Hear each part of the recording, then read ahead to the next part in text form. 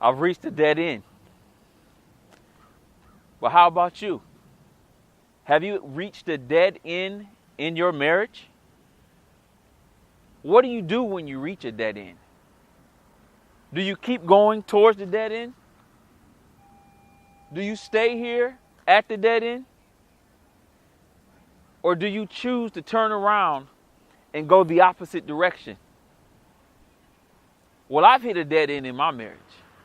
And when I've hit that dead end took me to a place where I didn't want to go. It took me to a place where I definitely didn't want to stay. And being in that dead end caused me, one, to fight for my marriage. Today we're going to be talking about step 2, and that is knowing how to protect your covenant. And what do you do when you hit a dead end? Well, here's what I'm going to share with you guys today. A little bit about us. We hit our dead end. And every time our marriage gets into a point to where we have issues that go unresolved, that brings our marriage to a dead end. So that's why we need to fight hard, not against one another. Why? Because, repeat after me, your spouse is not your enemy. If you would just think about that, when you guys are fighting the next time, you would see who the real enemy is. When you reach a dead end, there are 2 things that you can do. And you're up to one of those 2 things. It's up to you to do one of these 2 things. And that is, the first thing is, acknowledge that you're at a dead end. Acknowledge that you've reached a point to where the foothold that Satan has brought against your marriage, the foothold is here, and you're not going to allow for it to become any stronger or go any longer without being resolved and become a stronghold. That's what we have to get to the point to be able to recognize when the enemy is attacking us. That's the first step. Recognize that you're under attack. The second step is this. When you've reached the dead end, the second step is to make sure that you do one of 2 things.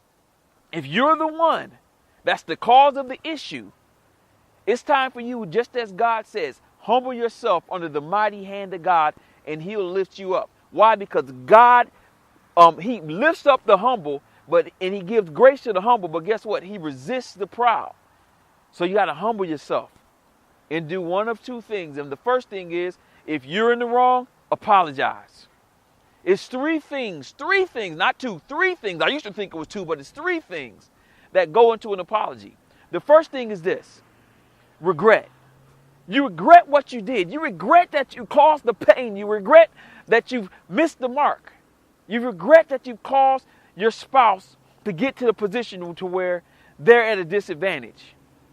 The second step to apology is this: responsibility. Not only did I regret, but I'm taking full responsibility for my part, for what I did, for what I caused at my house, for me allowing for this foothold to possibly become a stronghold and come against our covenant. Why? Because I'm here to protect it. But if I don't address it, I don't resist it, the enemy will not flee. So the second thing, as I said, is responsibility. Take responsibility. That's the second part of an apology. The third part of an apology, you guys, is this: remedy. Now that we've taken responsibility, now that we have regret, but guess what? Now it's time to go into remedy. That means we need to come up with, sitting down with our spouse, come up with a way for us both to win.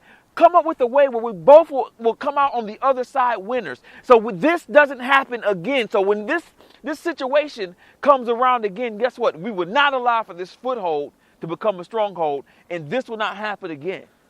I'm not going to do the same thing again. Why? Because I love you enough to change for you. I love you enough to do something different the next time so I don't cause you to be in a disadvantage. But guess what, you guys? What if you don't have to be the person that's apologizing? What if you're the person that needs to give forgiveness? And your spouse is not ready to apologize. Listen, that's a stronghold too. That can become a stronghold too. One of us has to move. One of us has to get away from this dead end. And guess what? let it be you. Forgiveness has three parts too, just like apology. And forgiveness has, the first part is, you want to make sure you show compassion to that other person. Know that that person needs, they're hurting right now. They know that they hurt you. They're hurting right now. And you want to make sure that you relieve that pain by giving them compassion. One of the things that the disciples said to Jesus was, how often should we forgive when somebody commits a trespass against us? He came right back at them and said, 70 times 7. Basically, that's infinity. You want to make sure that you forgive them. Did I say forget? I didn't say forget, did I? But you don't want to stay at this dead end. You want to make sure that your marriage can turn around and go in the other direction. So here's what we need to do. We need to forgive. And the first part is compassion. The second part of forgiveness, because there's three parts of forgiveness too. The second part of forgiveness is not only compassion, but now we need to show empathy. We need to be able to step into that person's feet, step into their shoes and say, I would have done the same thing, or I could have done the same thing. And guess what? I'm not perfect. That's what you're actually saying when you show empathy is I'm not perfect. So I've shown compassion. I want to relieve this suffering. I'm showing this empathy. Guess what? I'm letting that person know, listen, I'm not perfect. And I'm not going to allow for the enemy to have a stronghold in our marriage. I'm going to protect our covenant. And here's the third thing, you guys. If your spouse is not ready and not willing to apologize, you still got to do this. And you got to do this third part for yourself. And that is grace. Extend them grace. That means that you're giving them a gift that is not deserved. I mean, sometimes I thank God for my wife. Why? Because she extends grace to me when I get to the point to where I don't want to apologize. I extend grace to her. Why? Because I know that she is not my enemy. And you can say that with me one more time. My spouse is not the enemy. And when you realize that, you start to see who the real enemy is. And you'll start to resist that enemy by doing these two steps. Recognizing the enemy is step one. And then step two is, if you need to apologize, apply all three parts, which is regret, responsibility, and have a remedy that works for both of you guys where you both can come out on the other side winning. Or if you're on the other side where you need to give forgiveness to get your marriage out of the dead end, then that means you need to offer forgiveness by being compassionate, relieving the suffering.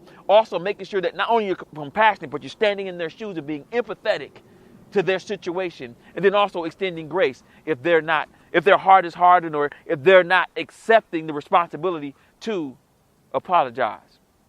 This has been Chris Davis. And actually today we're just talking about how step 2, you can protect your covenant. These are 8 steps we're going to be going over of how to stay married for life. God bless you. And if you want to connect with us or come to one of our workshops, go out to the StayMarriedMovement.com, StayMarriedMovement.com. Connect with us, see what we're doing. Also, connect with us on Facebook. On Facebook, you'll find us at, just type in Stay Married Movement, join the group, like the page, and we'll be able to connect and we'll be able to share these awesome principles to stay married for life. Remember, you bring your marriage back to Christ, and He will help you to stay married for life. God bless. Take your marriage out of the dead end. Turn around.